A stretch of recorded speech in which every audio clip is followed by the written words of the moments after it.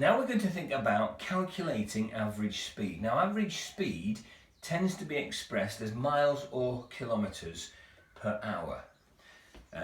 So if I said we have we travel 30 miles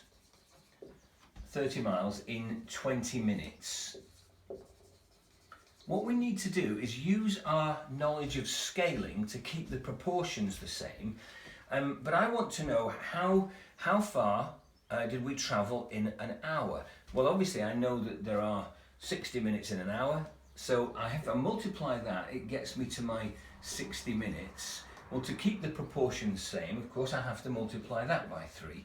So that's now telling me that in 1 hour I travelled 90 miles. So my average speed would be 90 miles per hour. Let's have a look at one other example. So if I had 15 kilometres, for instance, in 12 minutes, well, again, we've got to scale it. So I multiply that by 5 to get to my 60 minutes.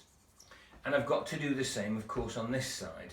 So if I multiply that by 5, I get to 75 kilometres. So now that's telling me that the average speed is 75 kilometres per hour. Now, there's just one slightly tricky bit that perhaps we need to just have a quick look at.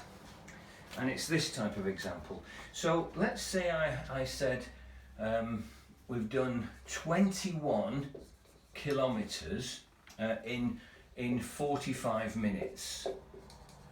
Now, the problem we've got here is it's not easy to scale 45 minutes to get to 60 minutes. So what we have to do is something I call stepping back in order for us to step forward. Now, this is what I mean. So if I divided that by 3, I get to 15 minutes. Now, the logic is I'm trying to find something now that I can turn into 60 minutes. So I can now, can't I? Because if I multiply that by 4, I get to my 60 minutes. That's what we're aiming for. So notice what I've done. I've stepped back to step forward. Now we simply do the same over here. So we step back, so we divide it by 3, so we get to 7 kilometres, and then we multiply that by 4 to get to 28 kilometres. And now I can tell you my average speed is 28 kilometres per hour. And that's it.